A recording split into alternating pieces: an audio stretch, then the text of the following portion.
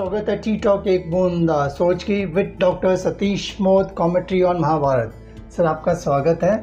और जिस तरह से इंटायर कॉमेंट्री चल रही है महाभारत पर, आई थिंक दर्शक काफ़ी उसकी प्रशंसा कर रहे हैं, तो हम इस कहानी को भी आगे लेके जाएंगे। पिछले एपिसोड में हमने जहाँ पर कहानी रोकी थी वो ये था कि जन्मेजय जब सर्प यज्ञ करे तो उसको रोकने के लिए एक मुनि वहाँ पर जाए जो बहुत ही ताकतवर मुनि हो और जिसकी बात सुन करके जन्मेजय अपना यज्ञ रोक दे। तो उस मुनि का नाम आस्तिक होगा ऐसा बताया, और उसके माँ बाप का नाम जरत्कारु रहेगा।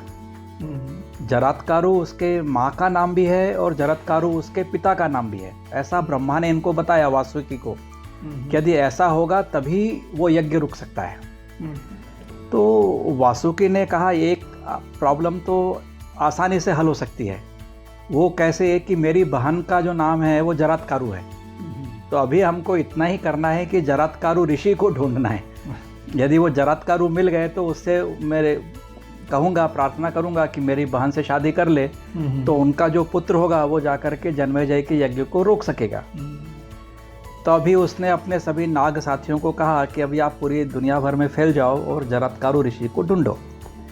अब ये जरत्कारु ऋषि जो हैं ये एक बहुत ही बड़े तपस्वी थे और उनके मन में ऐसी इच्छा थी कि मैं पूरे जीवन भर ब्रह्मचर्य का पालन करूंगा, ब्रह्मचर्य तोड़ूंगा नहीं, और बहुत ही कम भोजन करके वो पूरे विश्व भर में भ्रमण करते थे। उनका नाम भी जरत्कारु इसके लिए पड़ा, जरत्कारु इसका ये मतलब होता है कि क्षीण शरीर वाला। तो एकदम ही जिसका शरीर बहुत ही कमज़ोर हो ऐसे व्यक्ति को जरत्कारु कहते हैं। तो ये जरत्कारु ऋषि ऐसे ही दुबले पतले वृद्ध एक जगह जंगल में ऐसे ही घूम रहे थे। तो वहाँ जाते हुए उन्होंने देखा एक जगह एक बहुत बड़ा गहरा गड्ढा है और उस गड्ढे में बहुत सारे लोग एक कुशा के छोटी सी टहनी को पकड़ करके लटके हुए हैं और वो कभी भी गिर सकते हैं और उस गड्ढे में गिर के वो मर सकते हैं। और जो कुशा जिसको उन्होंने पकड़ा हुआ है उसको चूहे काट रहे हैं। तो जैसे ही चूहे काटना उसको काटते काटते करेंगे तो वो जड़ भी निकल जाएगी और वे सब गिर के मर जाएंगे। तो जरत्कारु ने कहा कि जा करके देखना चाहिए कि ऐसा क्यों है, इनको कैसे मैं बचा सकता हूँ। तो जरत्कारु ऋषि वहाँ पर पहुँचे, उन्होंने देखा कि ये सारे लोग सिर के बल लटके हुए हैं और कैसे भी उस कुशा को पकड़ करके अपने आप को बचाने का प्रयास कर रहे हैं। तो जरत्कारु ऋषि ने उनसे पूछा कि भाई ऐसा क्यों है, आपकी ऐसी अवस्था क्यों है, ये चूहा काट रहा है, कभी भी ये जड़ से निकल जाएगा और आप सब गिर के मर जाएंगे, ऐसा क्यों है, आप अपने बारे में बताइए और मैं आपकी क्या मदद कर सकता हूँ ये आप मुझे बताइए। तो उन सब लोगों ने कहा कि देखो हमारी स्थिति ऐसी इसके लिए हो गई कि हम सभी एक व्यक्ति के पितर हैं, पूर्वज हैं, और हमारा वंश जो है वो समाप्त होने वाला है। तो जैसे ही हमारा वंश समाप्त होगा हम सभी पितर जो है वो नर्क में चले जाएंगे, और यदि हमारा वंश समाप्त नहीं हुआ तो हम स्वर्ग में भी जा सकते हैं। तो इसके लिए हम लटके हुए हैं, अभी भी वो व्यक्ति जिंदा है जिससे कि वंश चल सकता है, वो अभी तक मरा नहीं है।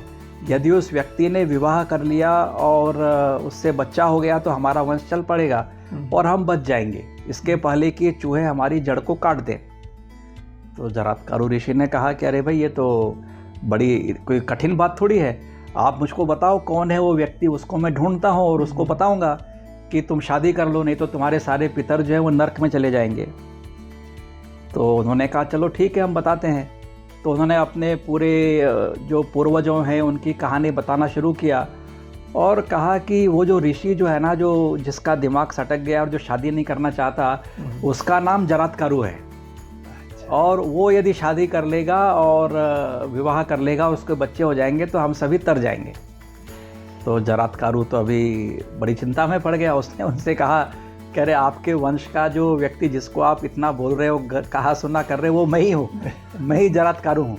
लेकिन मैंने तो पूरा प्रण किया हुआ है कि मैं विवाह नहीं करूँगा और आजन्म ब्रह्मचर्य का पालन करके मैं सशरीर स्वर्ग में जाना चाहता हूँ, तो आपके कारण मेरी तपस्या टूट जाएगी। तो उन सभी पितरों ने विनती की कि देखो तुम अपने स्वयं के लिए हम सबको नर्क में ढकेलना चाहते हो क्या। एक तरह से उसका इमोशनल ब्लैकमेल किया। तो जरातकारु ने कहा चलो ठीक है, मैं आप सबके मुक्ति के लिए विवाह करने को तैयार हूँ, लेकिन मेरी एक ही शर्त है कि मेरी होने वाली पत्नी का नाम भी जरातकारु होना चाहिए। अभी उसने इतनी बड़ी कठिन शर्त तो लगा दी। तो उन्होंने कहा चलो ठीक है, यदि ऐसा हो गया तो तुम शादी कर लोगे क्या। बोले हाँ ठीक है। तो जरातकारु वहाँ से निकला और उसने भी मन में सोचा कि चलो मेरे एक विवाह करने से मेरे इतने सारे पितरों का भविष्य अच्छा हो जाता है, तो विवाह करने में क्या कठिनाई है। तो यहाँ वहाँ भटकने लगा, एक गांव से दूसरे गांव जाता, वहाँ पर देखता कोई विवाह योग्य कन्या है क्या। तो वहाँ के गांव वाले देखते कि एकदम बूढ़ा दुबला पतला व्यक्ति है, वृद्ध है, इसको कौन अपनी बेटी देगा। तो पूरे जहाँ जहाँ भी वो जाता उसको मना कर देते। मतलब जरातकारु नाम हो या ना हो, कोई भी उसको कन्या देने से ही मना कर रहा था। बहुत समय तक वो भटकता रहा, यहाँ वहाँ, आखिर में वो थक गया और एक घने जंगल में एक जगह जाकर के बैठ गया और उसने कहा कि मैंने इतनी सारी तपस्या की है, आज उसका मैं फल देखता हूँ। वहाँ बैठा और उसने एक प्रार्थना शुरू की कि है संपूर्ण सृष्टि, पूरी प्रकृति, मैंने अपनी पूरी तपस्या की है यह सब करने के लिए, लेकिन मेरे पितरों को मुक्ति देना है, इसके लिए मुझे एक कन्या चाहिए। ऐसा उसने पूरी प्रकृति से निवेदन किया और उस कन्या का नाम जरातकारु होना चाहिए। पूरी प्रकृति, पूरी सृष्टि मुझे मदद करे, मैं अपना पूरा जो त्याग तपस्या का जो जीवन है वो उसको दांव पर लगाता हूँ। जब वो इस तरह से प्रार्थना कर रहा था तो वहीं पे नाग भी जा रहे थे। तो उन्होंने कहा अरे ये तो जरातकारु मिल गया। तो जरातकारु के पास पहुँचे और बोले कि हाँ, हमारे वासुकी जो राजा है उनकी बहन का नाम जरातकारु है और आप आ जाओ और उनसे विवाह करो। तो जरातकारु को लेकर के वो वासुकी के पास में गए और वहाँ पर उन दोनों का विवाह हो गया और वो दोनों साथ में रहने लगे। अभी जो वासुकी की जो बहन थी वो देखती थी ये तो इतने बड़े तपस्वी हैं, केवल अपने वंश को आगे बढ़ाने के लिए इन्होंने मुझसे विवाह किया है। तो वो पूरा उनका ठीक से ध्यान रखती थी कि कहीं उनकी तपस्या में कहीं भंग न पड़ जाए। एक दिन शाम को वो हमेशा सूर्यास्त होने के पहले तपस्या करते थे। तो वो उसने देखा कि जरातकारु ऋषि की नींद लग गई है। तो उसने सोचा कि ऐसा कैसे हो सकता है कि इनकी तपस्या भंग पड़ जाए जीवन भर की और ये न कर पाए और सूर्यास्त हो जाए।